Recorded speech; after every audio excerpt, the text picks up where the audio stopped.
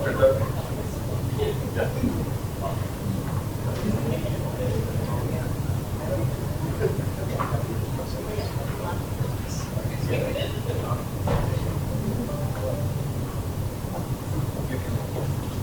Before we get started, when you turn the mics on, just give it a few seconds before you start speaking so it'll get started. Here.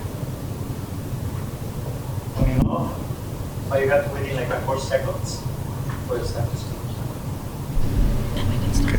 Okay.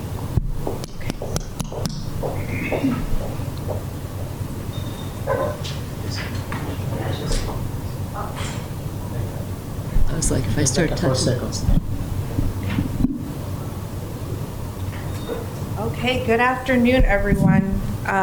Thank you for being here this afternoon. Let's call this meeting to order. Roll call, please. Jeffrey Anthony.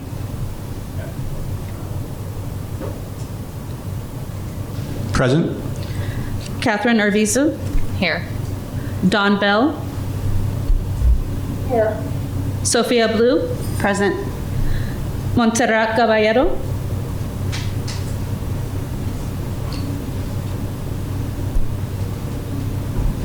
Montserrat Caballero. Present. Cindy. Can you hear me? Yes, we can hear you. Thank you. Cindy Coleman. Present. Luis Gonzalez. Present. Erica Miranda Carter. Present. Red Morrow. Here. Raghu Nandan. Here. Peter Norquist. Tiffany Rogers. Here. Delia Sotelo. Present. And Ms. Ekstrom. Here. Thank you, and everybody. Is there any agenda adjustments today? Okay, hearing none. Let's start with committee member introductions. So we'll start with the individuals in the room, and then we'll go to those that are on Zoom. So feel free to start. Okay. Well, hi, my name is Jeffrey Anthony. I volunteered for this committee because my son is a second grader at Lion Weaver. I also work at the University of Arizona in grants management for the last several years, 2 years with the College of Education. I'm now supporting health sciences, and I worked for the City of Tucson for about a year, working in procurement for the economic development and such like that. So I thought some of those skills may come in handy. So great, thank you. Thank you. Welcome. Hi, my name is Katie Arvisu. I am a TUSD parent. I am a TUSD employee. I am a graduate of TUSD. I had a slight slip in life and went to ASU. I joined this committee because with my work at TUSD, I participate in over half of the school sites, and I'm active in the community with all of them and their buildings and what they do. And I thought this would be a great opportunity for me. Thank you. Hi, I'm Sophia Blue, and I am also a TUSD parent. I have a lot of experience working for elected officials. Most of my experience is with Pima County, so I know kind of all the ins and outs about budgets, government budgets, things like that. And that's all I'll say for now. Thanks for having me. Thank you. I'm Cindy Coleman, graduate of TUSD, parent of TUSD grads, and taught and coached for almost 40 years at TUSD. So I do know a lot of the different facilities and was part of the exploratory committee and just felt like this was a great opportunity to keep being involved. I'm Luis Gonzalez. I'm a happily retired resident of Tucson. My vested interest is that I have had a number of grandkids, great-grandkids coming on the way. Have a lot of nephews and nieces in the district. I myself am a product of TUSD schools. Attended Rich Elementary School, which is now part of the tribe, Pascua Yaqui tribe. I worked for the Pascua Yaqui tribe for 6 or 7 years. I worked for Indian Nations for more than 20 years. I've been city manager for 2 small cities, executive director of tribal gaming agencies, was state senator for 4 terms, also served in the Pima College Board of Governors for 1 term, and served on several other committees around the city. Thank you. So I'm Jennifer Ekstrom. I'm your governing board liaison. So I will be attending each and every one of these meetings, and I will be running the meeting for this first one. And then you all will elect a board chair and vice chair. But I'm so glad to be here. Passing this bond was really significant in helping our schools. So we really appreciate all of your service and time for wanting to serve TUSD. So thank you. Is it on? Is it on? I'm Erica Carter. As I said, I am a TUSD parent. I have a junior at UHS and a 7th grader at Wakefield Middle School. Being part of the original bond committee, I met with a lot of community members. I have volunteered in various schools. I've seen firsthand the needs in our schools, the immediate need for it. So for me, the bond was something that was personal and super important, and following through on what we promised to our voters is something that is critical to me, to be here to have my input in how this money is spent. Thank you. Hi everybody, Red Morrow. I'm also a parent of TUSD graduates, UHS and Eller College of Business, and Saguaro Cougars, and my daughter's now a junior at Oklahoma Baptist University playing softball. So I live in TUSD. I've been in Arizona since '87 with TUSD for going on 24 years as a teacher, coach, and currently administrator, dean of students at Doolin Middle School. I've held positions at Tucson High as assistant principal, Rincon University as assistant principal, worked interscholastics as program coordinator. So I have a working knowledge of the facilities around the district, what is needed on the exterior. Also, my current job as administrator is also school safety and security. So I also have a very good feel of where hopefully the future video surveillance and apparatus is. I can be very helpful using my knowledge of where the hot spots are and what have you around the school. So I'm looking forward to working with y'all and upgrading our facilities, and this is huge. It's the first time I can remember TUSD ever passing a bond, so glad to be a part of it. Hi everyone, my name is Raghu Nandan. I'm a TUSD parent. I have 2 kids over at Fruchtendler, over on Sabino and Cloud. I just finished the track over at Saguaro this morning. So, I'm a huge supporter of TUSD. I love TUSD. I love the way you've handled things in the last few years. I've been in Tucson since '98, and I'm a big supporter of public education, and the bond was huge. I'm glad it passed, and I look forward to serving on the committee and working with all of you. Hi, my name is Tiffany Rogers, and I am also a big public education supporter. I have served as a volunteer leader on all kinds of levels, mostly in Texas. I'm a transplant. We just moved here last June and have been very impressed with TUSD and loved what we have seen, and I know the importance of being involved in all those years of volunteering. Our oldest is at the University of Texas, will be graduating in May, and then I have an 8th grader at McGee Middle, so we made sure I could stay involved a long time. But really grateful to be here to make those connections and to help the district keep getting better and better. So thank you for having me. I'm Delia Sotelo. I'm a teacher in TUSD. I teach 4th grade at Mission View Elementary, and I'm really excited to be on this board to bring a teacher perspective and also a student perspective. And then we'll have staff go, and then we'll get to Zoom. So go ahead.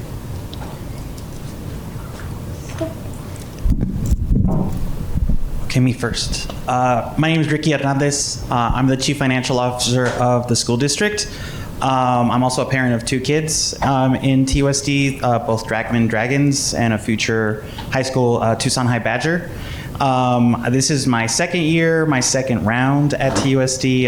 Left and came back. I've had several roles in public education. This is my 21st year in school finance. So I've been doing this a while and pretty excited to see, we get to handle some big stacks of cash in the next 10 years. So thank you. Good afternoon, everyone. I'm Blaine Young. I'm the Chief Operations Officer here. Been at TUSD 6 years. Transplant, came here from Oklahoma. But very excited about this opportunity for our school district. Being over operations, we get to see daily on the need that exists out in our campuses. So this is a huge win for us. So just really excited about what it's going to mean and with working with all of you. Hello, everybody. I'm Superintendent Gabriel Trujillo. I guess I'm a transplant from across the I-10. Been here now for about 8 years, going on 9 total. I just want to thank everybody for your commitment to serving on this committee. We are very, very serious about our commitment to the community with regard to transparency, accountability, and responsibility for every single one of these dollars, and you're a big part of that, so thank you. Bryant Nodine, I'm the Operations Program Manager for the district, and my wife and I moved here in '81 to go to the university, and I've been employed at the district since 1989, with a few years off for good behavior.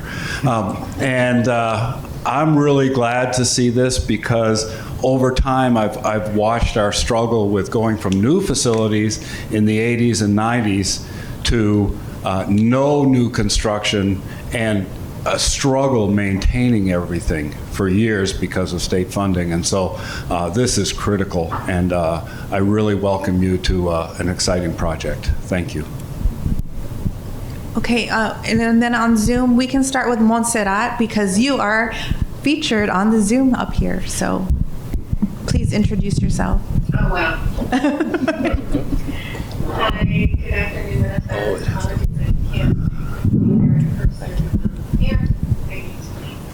Early.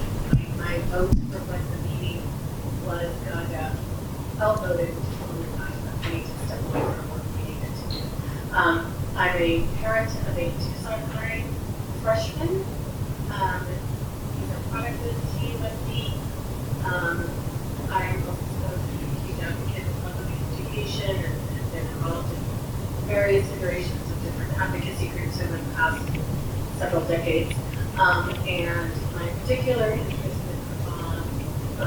just echoing what everybody said, just thrilled that it's passed.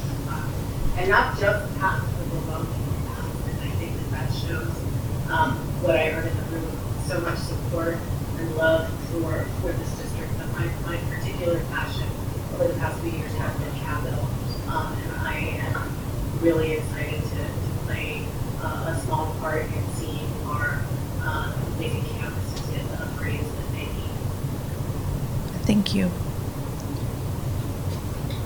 And then if somebody just wants to chime in, I cannot see that far, so I can't see who's on Zoom. I can't. Go ahead.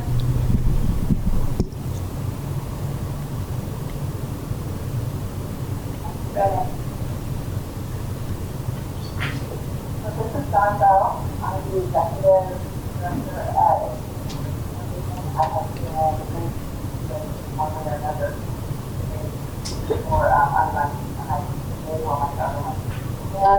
and I've been linked probably for over 20 years with TUSD. I love TUSD also. I'd like to see it a premier district that draws students back and into the public education. So I'm interested in also, my board was a big supporter of this bond and is thrilled that it got passed, and I just thought it would be kind of appropriate and meaningful for me to sit on this committee and talk accountability and transparency. And then also it helps for Educational Enrichment Foundation going forward to kind of see where some of those gaps are for students to fill their needs also, and just kind of do the whole full support of the students and the school district.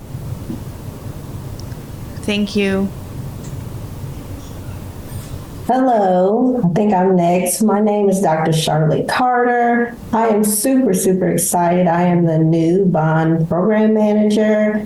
I just find it to be a privilege to be able to assist and to be a part of this amazing team to implement this historic bond. I am ready to go. I am so excited. I've been onboarded, I'm learning, and I will be there soon. So I just want to do everything I can to support kids, students, and families.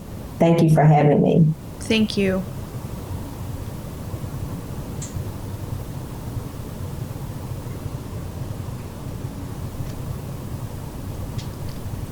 Is there one more person, Yolanda? Or is that it? Okay, thank you. Thank you, everyone. And because we are part of the open meeting law and doing this publicly, we have a call to the audience. So next would be our call to the audience. Would anyone in the audience like to address us? Hearing none, we'll move forward. Next is item 4 on the agenda. And this is board docs training for committee members. Ms. Borboa?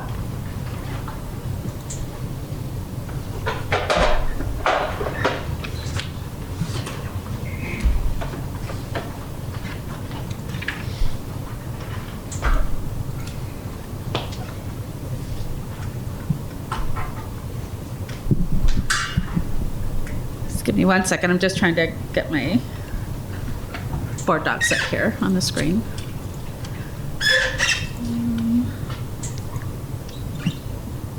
Oops.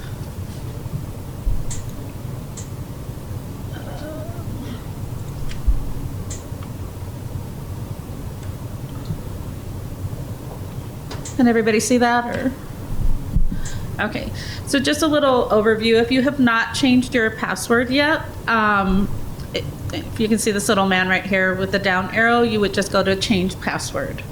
So once you get in, you're going to see this screen first. You won't see those my items because that's actually for me to approve items. But under meetings, so we do have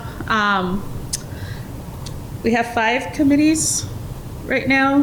The Bond Oversight Committee, the Budget Advisory Committee, the Employee Benefits Trust Committee, the Budget Advisory Committee, and our own governing board meeting. So all those agendas are going to be here on the screen where you'll see under meetings. So once we open that to the public, those are where you're going to find your meeting. So you can go back and look at any agenda that you would like to look into for any of the meetings. But I'll go ahead and click on our Bond Oversight Committee. And when you click on that, on the left-hand side, you'll see under featured, and it just went away. You would click on the meeting and you'll kind of start seeing the notice. Once you scroll down, you'll see the view agenda. And when you open that, that'll take you to the actual agenda. And here, once you start clicking on each item, you'll get more information about what that item is going to be talking about. So I can take you down to, also on there, on 4.02, the overview of bond program, you'll see that little icon on the side. That means that there's an attachment to that item. So when you see that down here, it'll say bond overview presentation. That's where you're going to see what they're going to be talking about. If there's a presentation or if there's any type of attachment that they're going to want you to have some information about on that item. So this is basically it. I don't know if you have any questions for me that I can answer. Do any of the committee members have any questions? No. Okay, hearing none, we'll move on. Next is the overview of the bond program. Mr. Hernandez?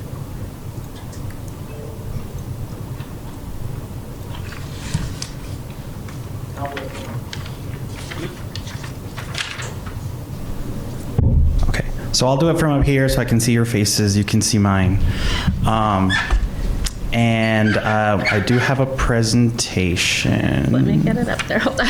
I know, take your time.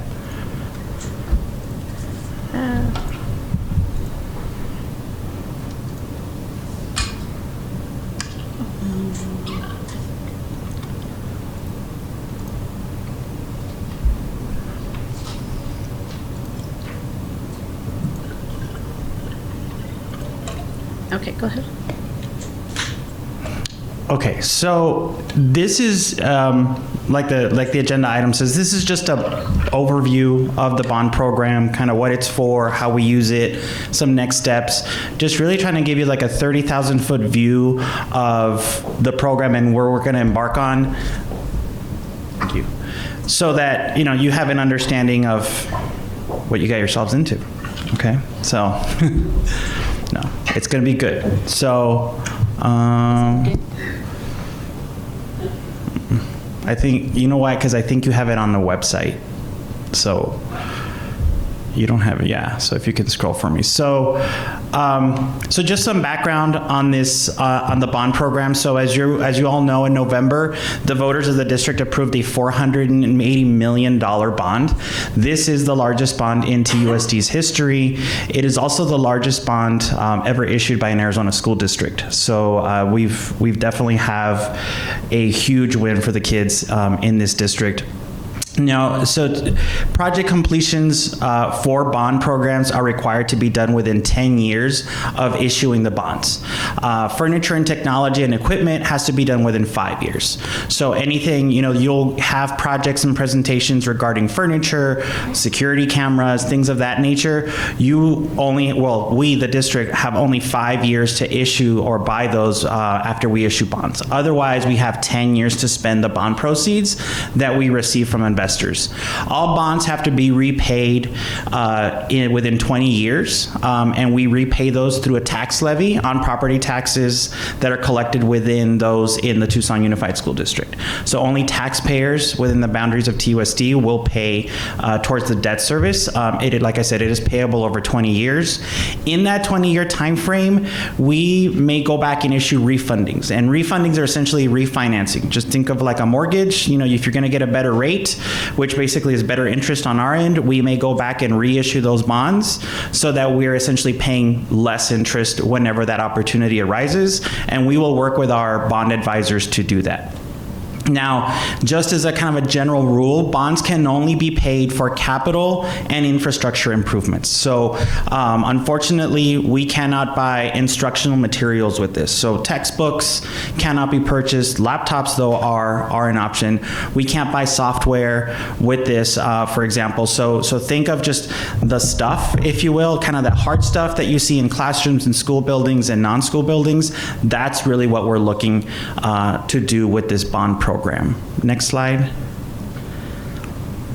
So I just wanted to present to you the kind of the bond project estimates that we're looking at. These were presented on our bond website in the bond voter pamphlet. 95% of what you see up there is going into schools. So 95 cents of every dollar that was approved by the voters will be directly at schools. Repairs and upgrades to existing facilities, I mean, that's exactly what it means. It's, you know, what Brian was talking about, making sure that we bring all our buildings up to par.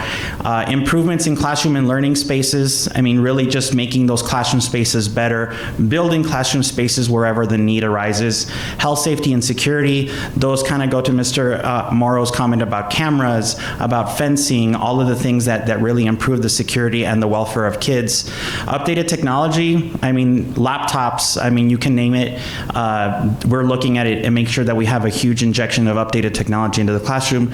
And student transportation, better, newer, more fuel-efficient buses of all sizes. Right now, we've got a pretty aging fleet with several hundred thousands of miles on them, and we definitely want to make sure that not only are we doing better for the environment, but we're doing better for efficiency's sake. And we have non-school projects similar to those that you see on the left, upgrades to existing facilities like in the food service department. There are several upgrades that we'd like to do to kitchens, for example, that are out there in our school cafeterias. Updated technology, a lot of that is the infrastructure, the actual network infrastructure of the district. Support vehicles and equipment, you know, school safety, facilities management, for example, they need better white fleet vehicles. I mean, our school safety guys, they go from Banks, way out on the reservation, to Sabino High School, way out here off of Auburn and Sabino Canyon. So you think think about the fact that they're traveling a lot, we need to make sure that we're properly equipping them. So that's just under $24 million that we're doing for non-school projects. So the majority of what you're going to see coming at you over the next several months will be directed at schools. So that is kind of the estimates. Next slide. So just, obviously the big thing is, what does the accountability look like? So the state requires that districts have an annual public meeting between September 1st and October 31st to talk about how we're spending bond proceeds. So we have to present to the governing board at a public meeting, everything you see up there, the progress on all the improvements that are being financed with the bonds. What are we doing? We have to allow the public to make comments about what we're doing or maybe what we're not doing. So it really is a public hearing style format. We have to compare with some of the projections that we've provided you, for example, in the prior slide, versus what actually has happened. Obviously, we're talking about a lot of pieces of material, of equipment, of items that are variable sometimes in pricing. They're volatile out there. So if we said X and Y happened, why did we go from X to Y? The cost of, just current and in progress improvements, where are we dollar-wise? If we told you that we were going to spend, $1 million building new classrooms on the Rincon campus, and we're going to not spend that or spend less or more, why did that happen? The completion of projects since prior meetings, right? So just kind of a year-over-year overview, and any future plans we have for capital bonding, right? So, we've got 10 years to do this. We are going to, right now we're planning on issuing bonds in 3 phases.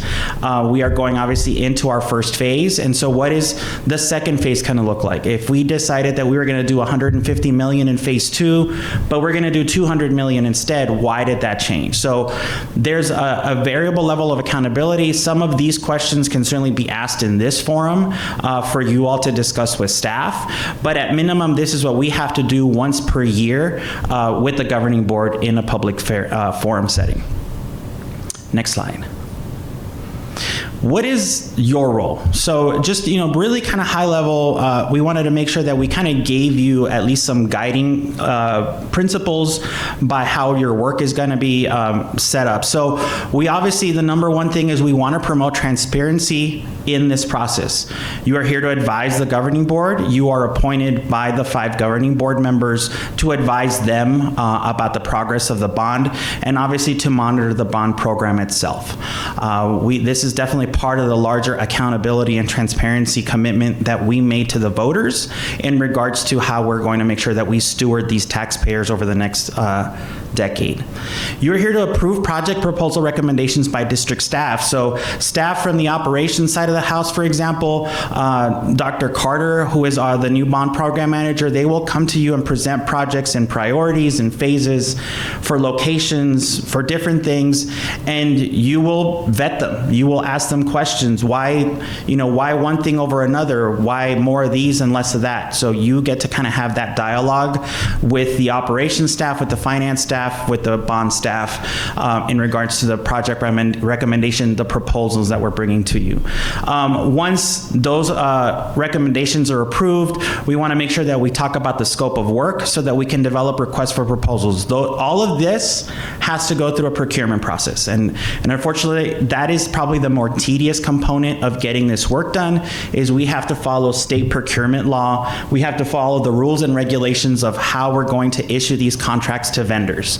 And we want to make sure that as we develop scopes of work, that we're talking to you about what we're looking for, right? If we're going to say that we're going to build fencing, what kind of fencing, where, material, just think of everything that goes into kind of like that project. We will present you bond financial information. You will monitor expenditures. You're not necessarily approving the expenses, but we definitely want to make sure that we're bringing out that financial information so you can see kind of how money is flowing in and out of the bond program. And all along your monitoring process, timelines, and progress. Dr. Carter is a very renowned project manager.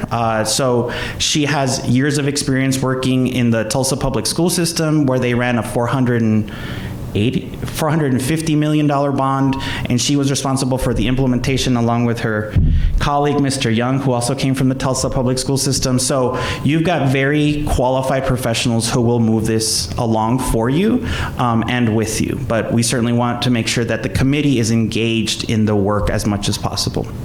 Next slide. So just some of the next steps to take, on your agenda today, you will create and hopefully recommend a charter to the governing board for approval that just kind of sets the rules that you will do your work and you will develop that on your own. The governing board obviously has to approve that before it takes effect. We are currently in the process of continuing the hiring and onboarding of the bond management team. We just started with Dr. Carter, who is now on board. We will have a budget analyst who will be embedded on this team managing the money. We will have a procurement agent who will manage the actual purchasing, and obviously there will be an admin assistant who just kind of helps manage the department. We are currently finalizing the sale of the first batch of $150 million. So we expect those proceeds to arrive in the district by mid-April. That cash will then be available to start, getting things going. We have up to 3 years to spend that. We can spend that, beyond the 3 years, but there's certain IRS regulations that kind of fall into that. But we've got $150 million coming in the door in the next 30 days. We want to deploy a bond dashboard, and Mr. Nodine, myself, Mr. Young, along with Dr. Carter, we're working on a dashboard that the community can go out and look whenever they want and see progress, where and what are things happening, and we'll have more information as we get closer to something that actually looks like something you guys can understand. And then we obviously are working on prioritizing budget recommendations for your initial review.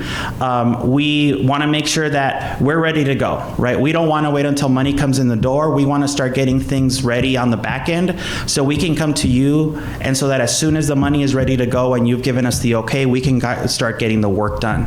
Our initial rollout for some initial projects is early May.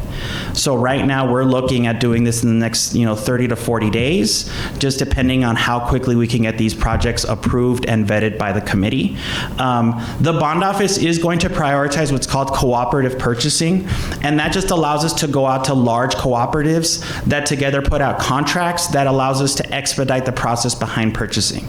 Some items, we've got vendors who are on cooperatives that allow us to expedite this process versus going out through a more lengthy RFP that usually can take anywhere between 30 and 60 days, depending on the size and scope of the project. So we will do our best to make sure that we're taking advantage of the cooperative purchasing agencies that we're members of that will allow us to move these project procurement pieces forward. Like I said, the procurement process tends to be kind of the slowest component just because there's a lot of I's and a lot of T's that got to be dotted and crossed. And because we're talking about a lot of money, we need to make sure we're doing that exactly the way the statutes tell us to do. So with that, I think that was it. If you have any questions, I do want to point out bond2023.tusd1.org. That is the website where we're putting out information on the bond. It's kind of the migration from the election page that put out a lot of the election information to what is now going to be the dedicated bond program website. This is hopefully where the bond dashboard will live once we've got a product to be able to share with you. But I will take any questions if you have any. Thank you, Mr. Hernandez. Yes. Yeah, I'm just trying to understand, because you're using some terminology that confuses me a little bit. This 150 million bond, is it one single bond or a syndicate of bonds? What is it? Because you keep using terminology like multiple bonds. Right. So the bond itself, the program, is issued in multiple phases. So we issue multiple issuances. We issue or we sell essentially bonds in multiple chunks. So right now, what we had proposed to the community is phase 1 would sell $150 million. Phase 2 will sell another 150, and phase 3 will sell 180. That will get us to $480 million. So if I'm using them interchangeable, it's just because we sell them in batches, if you want to think of it that way. Yes, Mr. Gonzalez. I'm wondering how you arrived at the numbers on the 3 phases. for issuing the bond? We want to make sure that we maximize the ability to spend dollars on projects that we have now. We looked at the estimates of the different phases that we developed kind of before all this, thinking, what do we have to do from the get-go, right? What do we need to do to make sure that we get off the ground, and do we have enough cash? We can't move forward with bond projects if we don't have cash on hand. So we looked at that, and by no means are those set in stone, right? So right now we're doing $150 million. We may find ourselves that we, in phase 2, we don't need 150. Maybe we need less, or maybe we need more, depending on what the next phase of bond sales has us doing. So we arrived on it based on just our own internal review of what we think the priorities are. Obviously, we will bring that to you, and we will spend within the confines of that 150. That will help me in particular decide, when I sit with bond investors, what the next phase is going to look like in the next 3 to 4 years. So following up on on the priorities themselves, what criteria is being used for prioritizing each project? Is it on need or what? It's need, it's condition. So the district uses what's called a facilities condition index. It's a metric or a score that is provided to every one of the facilities and the infrastructure that we have across the district. And so based on a lot of that scoring, some of the anecdotal data that we collected from principal surveys and community surveys, some of that input is what guided us to say, we should have these things moving forward. I will tell you that at the top of the list right now are HVAC, because we're going right into June, and health, safety, and security. We want to make sure that we invest those, but that doesn't preclude us from doing any of the other 3 project priorities. Ultimately, staff is going to bring those to you where we think things should go based on that index, because it is, at least an objective measure of where we think dollars should go. But y'all can tell us to go pound sand, and we can, you should do it this way, because you may have other evidence or other experiences that may guide our direction. So we certainly want to take that feedback from you. Before we have the next question, I just want to remind everybody to use the microphone just so we can have you on the recording. Thank you. I have one final question, Mr. Hernandez. On the issue of procurement, and since you're going to be using the coordinating purchasing system, how does this committee monitor your purchasing process? So the purchasing process, when we come to you with scopes of work, we will issue RFPs. Those RFPs in and of themselves are the public process. So if you want us to come back and present to you or inform you of that, what it is that we're putting out there, we can certainly do that. But the RFP process is essentially self-executing, because the moment that you tell us that, you want us to fund a project for cameras, security cameras across the district, and we want to go out and find a vendor that does that, there are specific school district procurement rules that tell us exactly how to do that procurement process, so that when we go through the process of then contracting an agent, we can inform you. Ultimately, the governing board, though, is responsible for issuing that contract, and at that point in time, they will let us know whether they will approve the contract or not. But if you want us to provide you, when you meet, whenever your meetings are, kind of information of phases of RFP is in issuance, it's in vetting, it's been issued, we can certainly do that. Like I said, all of our procurement process is out in a public forum. You can review those at any point in time. But like I said, that is something that at this point is self-executing, doesn't necessarily require you to tell us yay or nay on the RFP. What we need your yay or nay on is the scope of work, right, that we then embed into the RFP, so that we're actually going out there and asking vendors the work that we need to do that you told us is okay to do. Yeah, there's a lot of issues on purchasing, but let me just ask this. Do you anticipate any sole source purchasing? I do not anticipate any sole source purchasing. And the only reason I say that is because there are multiple vendors who are fully qualified and capable of doing a lot of the work that is going to be out here. I don't find anybody who is necessarily a sole source that can do, there is only one agent who can build a fence, or who can install cameras. So sole source, and honestly, if we were to do sole sources, those have to be approved by the governing board. So we can't do those administratively anyway. And I assume that any work order changes once a project is ongoing will not come to this committee. If change orders need to happen, then we would want to, because at that point the scope of work is changing, we definitely want to come back and give you change orders. But it would be change orders if we were entirely moving away from a project. I mean, if we decided that we're going to build 12-foot fences and we're going to go to 10-foot fences, I mean, if that's information that you want, that kind of, I mean, minutia, I guess, we could certainly provide that in a report. But if we were moving away from doing wrought iron versus chain link, you know, I think that is substantive enough to come back and tell you, hey, you know, we're moving away from the quality of wrought iron versus the quality of chain link, for example. So we definitely want to have discussions about change orders as they happen. I think those are going to be very far and few because the law limits us to exactly what we told the voters we were going to do. So if we can't decide, you know, we can decide not to do fencing, but then we can't decide to do a bunch of other things that are not part of the bond. Thank you. You're welcome. Yes, go ahead. I have one question. In regards to, you mentioned the index and principal surveys as far as like the projects that will be taking priority. How current are those? Those, Blaine, how current are the surveys from principal administrators? That would be, it would be within the last 12 months. So within the last 12 months, those would be surveys. And like I said, that was one component of multiple components that are informing the priority. We'll come to you and ask you, these are what we're thinking, and that's the input that we need from you all is, that this looks good, this doesn't look good, why not this and why this? We definitely want to have that dialogue with all of you around those.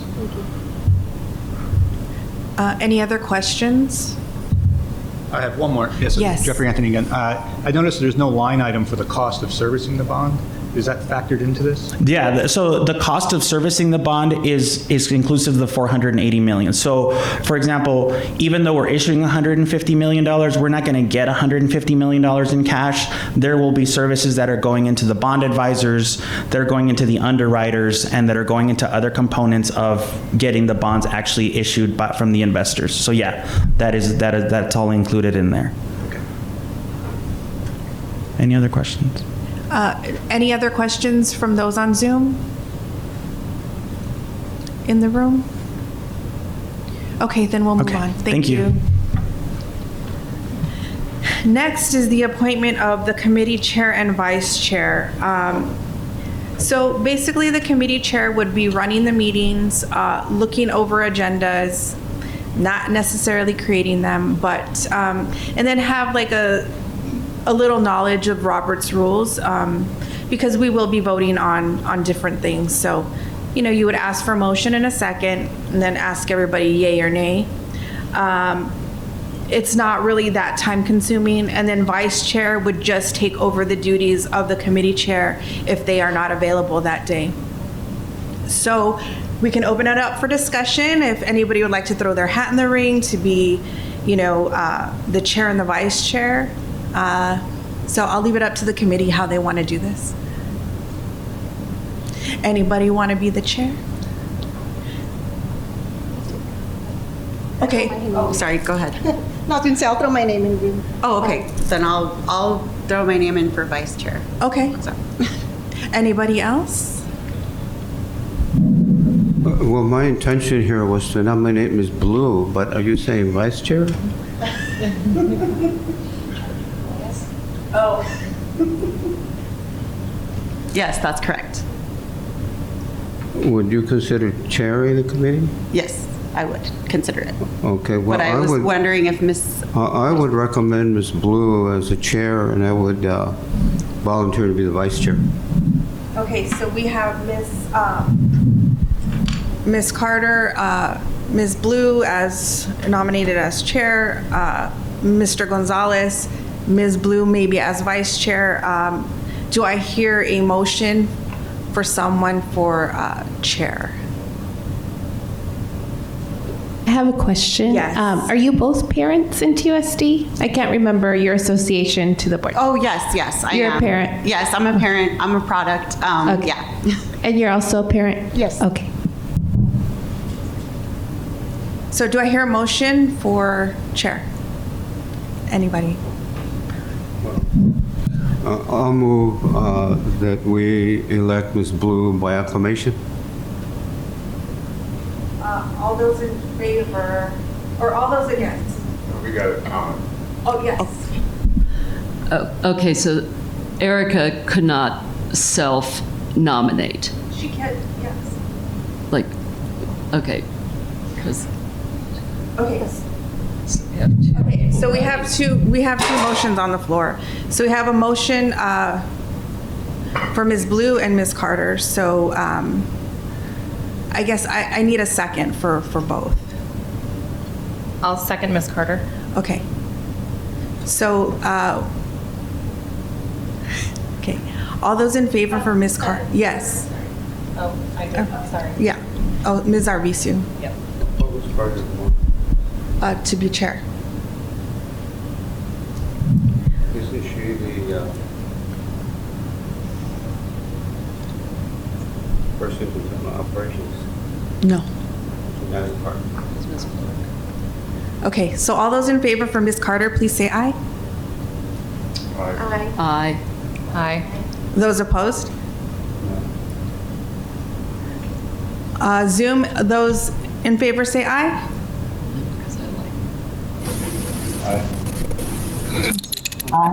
We don't really see anything, so it's hard to follow. I'm sorry? This is, there's a motion and a second on the table for Ms. Carter to be the chair. So are you saying aye or nay? I'll say aye. Okay, so motion carries 1, 2, 3. We have a show of hands. Yes. Yes, could you please raise your hand? And then on Zoom, can you just do either a hand raise or a reaction, please?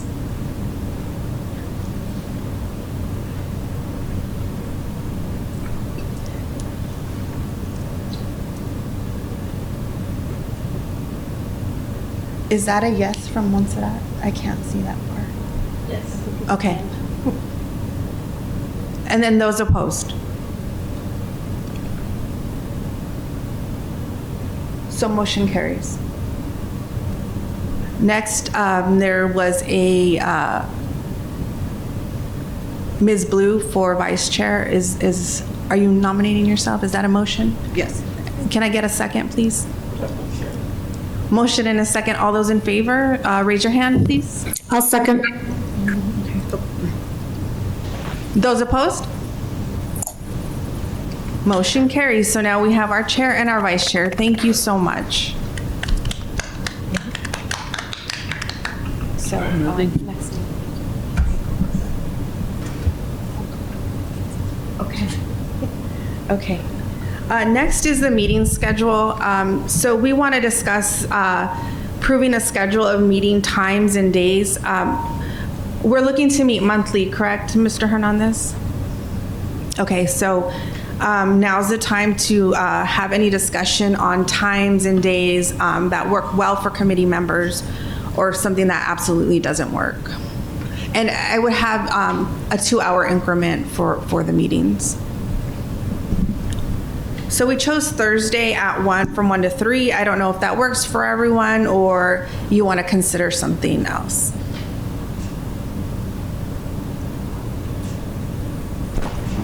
Should we plan for Thursdays at 1 unless there's an issue? I think that's what Yolanda polled all of us on, and kind of we ended up at that time.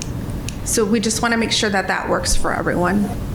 Yes, Montserrat? Yeah, that time doesn't work for me. As I mentioned, it's going to conflict with a work meeting that I have. So if it's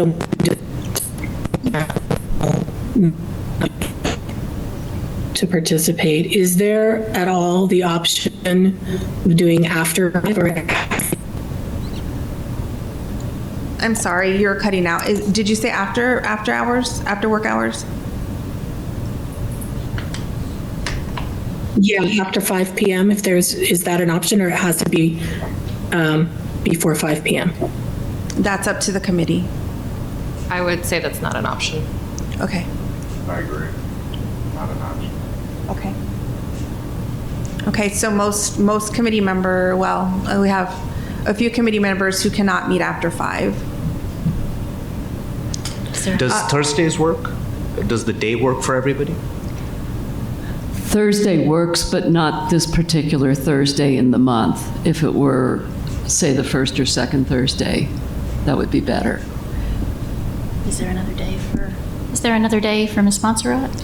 Yeah, is there another day, Montserrat, or another time on a Thursday?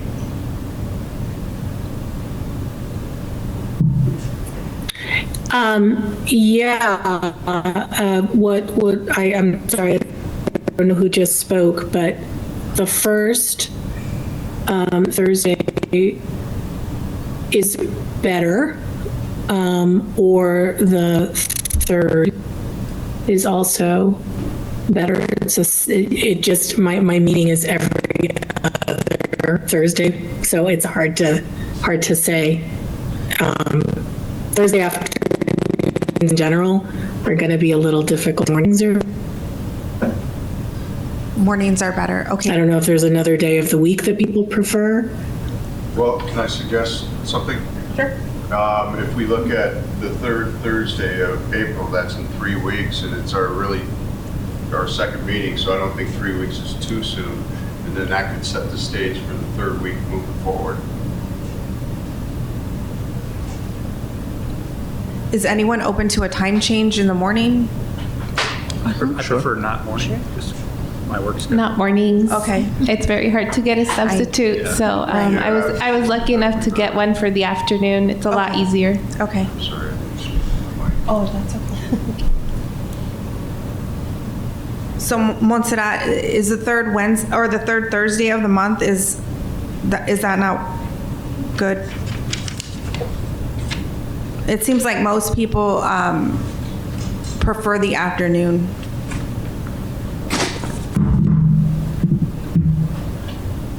Can we move it maybe to 2 to 4? I don't.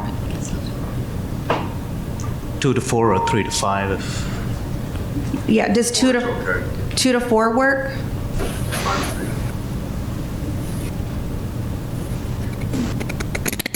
I'm so sorry. No, the work meeting that conflicts is from 2 to 4.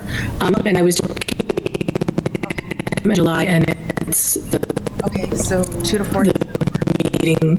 My work meeting is on the third Thursday. So 2 to 4. Thursdays is not an option for me. Okay. I don't know if there's another day of the week that people are willing to look at. But Thursdays, because of the standing work meeting, are hard. Okay. In fact, I need to head out to that meeting in just a few minutes. Just looking at my schedule for the next.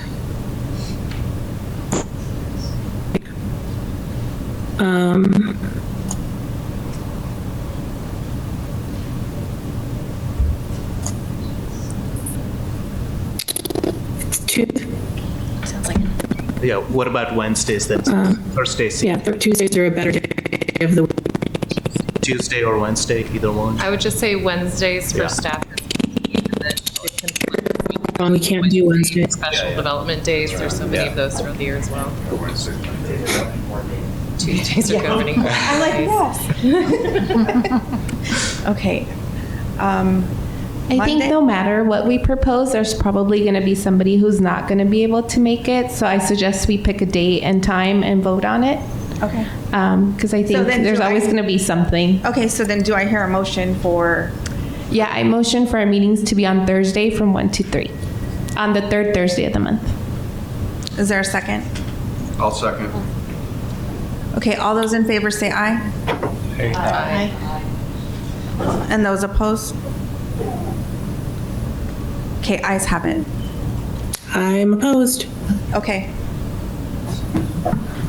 And apologies, I do need to run. Okay, thank you.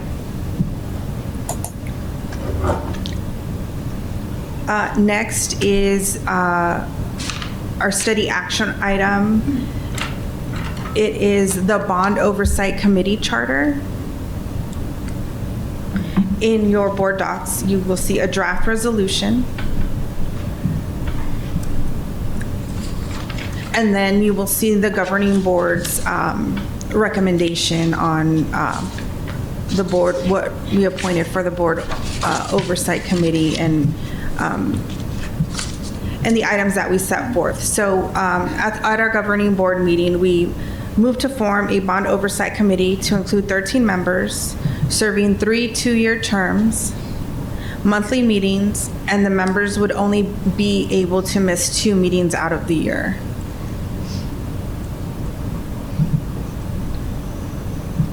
So I'll give you some time to read over the charter, and then if you have any questions.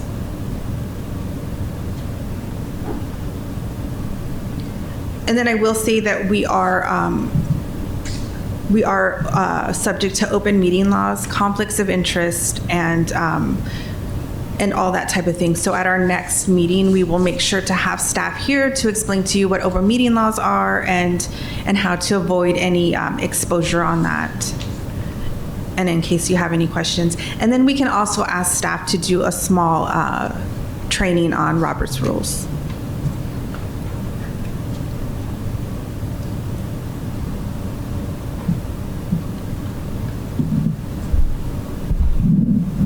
I'm wondering if this charter has to be voted on today so we can have a little more time to review it.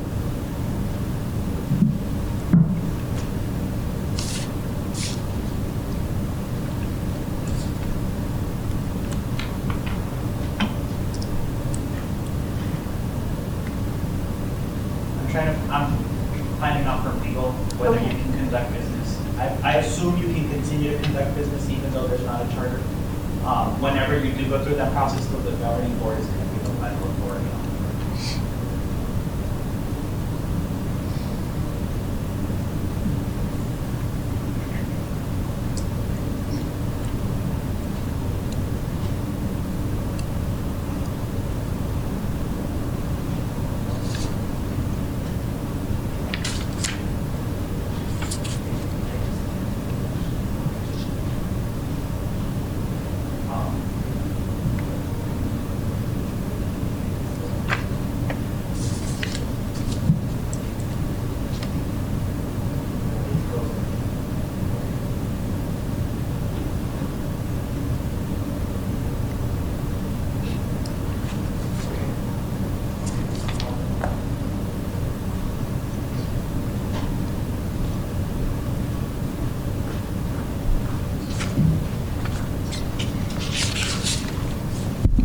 So I spoke to legal counsel. You can continue to operate without a charter. So to Mr. Gonzalez's question, if you all wanted to review charters or suggest a charter, one of the things that that I will ask Yolanda to do is maybe send you all copies of the charters for the existing committees. They generally tend to be the same templates, and then the language is different depending on the committee. I wrote the Budget Advisory Committee charter. I personally like that one. So if that might be a good template for you, feel free to use that. But that might just be a good starting point so you don't have to think like you got to start from scratch. They don't have to be overly complicated. At minimum, you have to include the rules that Mrs. Ekstrom talked about. But you can continue to conduct meetings. So whenever you have your next meeting in April, you can have meetings. You would just have to vote on on any issues, questions until a charter comes through. So you're good. So how do we get a copy of yours? Yeah, well, Ms. Peña will, or Ms. Borboa will send it over to you in an email, and she'll send you copies of that. And I don't know if, Ms. Carter, I'm looking at you since you're the chair. If maybe you, I got you in my sights, lady. I know where your kids go to school. If that might be a good way to maybe work through it, you and I can sit down and maybe work through it. You can have a draft that you can then share to the committee. You want to make sure you share it through Ms. Borboa so that she can send it to the committee, and then that way they can read it, maybe comment on it, so that next time when you come and meet, you have something where everybody, is working off of the same agenda. Like I said, the committees generally have the same type of charter. It's kind of a boilerplate, but they just modify their language to accommodate basically their own mission. So I don't know if that's something you want to do. In reading this, it seems simple enough to me, like you said, that it would be pretty basic across. I'm not sure, looking at other ones. Well, there are things like, not just attendance, but what do you do, for example, on quorum, right? Do you want quorum to be, the number of people who are present, the number of people, so the definitions of like quorum, what happens if there's, if you lose a vice chair, if you lose a chair, there's just some basic rules that you want to make sure you have in there. How do you request information that's outside of the scope, things of that nature. It helps to provide you some guidelines so it doesn't turn into the Wild West. So, right, so those are, the things that we need to figure out. So quorum requirements, as I stated, compliance with the open meeting laws and conflicts of interest, provisions for the leadership, which is chair and vice chair. Meeting frequency, governing board did state that, we feel like missing 2 meetings is enough. Because we have had issues with other governing board advisory boards and committees where people don't attend, and then you can't have meetings because there's not a quorum. So we really want to hash that out. Access to support and information from the district, and then other ways to conduct meetings. And as you all saw, like, you're all BCC'd, copied. Because of open meeting laws, you can't be emailing each other back and forth. So we just want to make sure that you all know that in having discussions away from these meetings. So I think it would be good to have other charters emailed to you, and then that can be a discussion for your next meeting. Any questions? Yeah, in addition to that, in regards to the absence of meetings, I think we need to specify whether they'd be excused or unexcused, and what constitutes excused. Right, and that would be something for your charter to say, for example. Yes. And also under Robert's Rules of Order, as you know, Robert's Rules of Order can get somewhat complicated from time to time.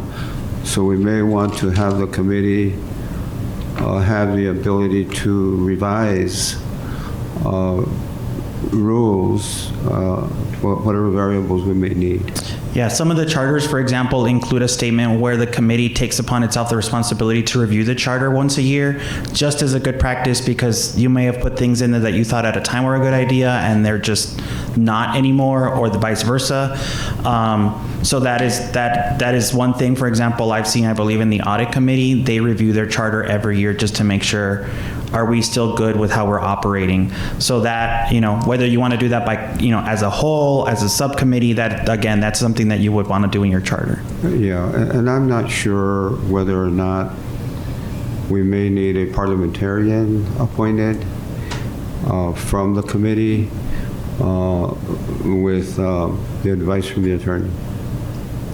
I don't know that we might run into a situation where we're arguing about whether a motion is valid or not, but I've had that experience before, and it can get a little bit hairy in terms of trying to determine whether a motion is proper or not. Yeah. Under Roberts. Right. I've done Roberts, I've done Masons, I've done Andersons. They're all a little bit different variations. Yeah. And that's a great question for Mr. Ross when he comes and does, as Ms. Ekstrom mentioned, when he comes and does your training on open meeting law. He tends to be the board's parliamentarian for the most part on things of that nature. But then again, that's another thing for a charter. Do you want to have a parliamentarian?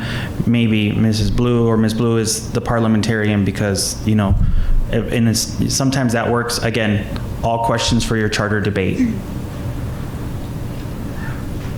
So I'm going to move that we table this decision until the beginning of the next meeting and place it on the agenda for our next board meeting. Second. There's a motion and a second. All those in favor say aye. Aye. Those opposed? Motion carries. Thank you. So there's no other items on our agenda. Are there any questions before we adjourn? Anything staff wants to say? No? Okay, the meeting stands adjourned. Thank you. I'm glad I don't have to do this again.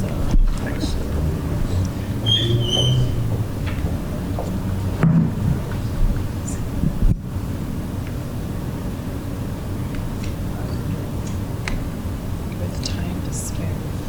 What's that? With time to spare. Yes.